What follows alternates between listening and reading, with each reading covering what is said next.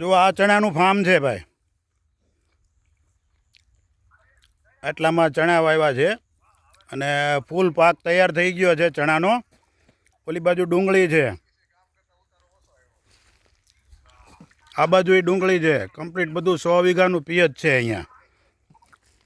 એમાં લીંબોડી કરી છે. અમારા કિરણભાઈ જો અત્યારે ચણા ખાઈ રહ્યા છે.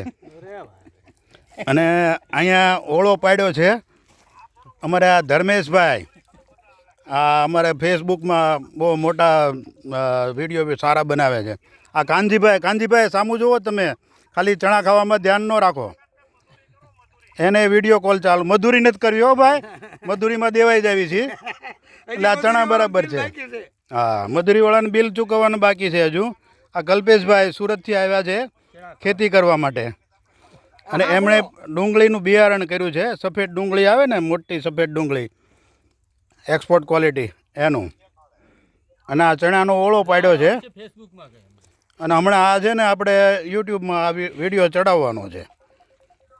જો આ 100 વીઘાનું પિયત છે કમ્પ્લીટ. દીપકભાઈ સવજીભાઈ સોનાણી ગોદાવટાની વાડી છે આ. તને વિડીયો બનાવતા આવડે નહીં, હું બનાવી કરે.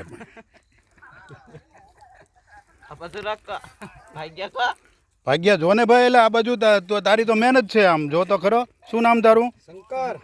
શંકર. અને તારું નામ? મનુ. ઓકે.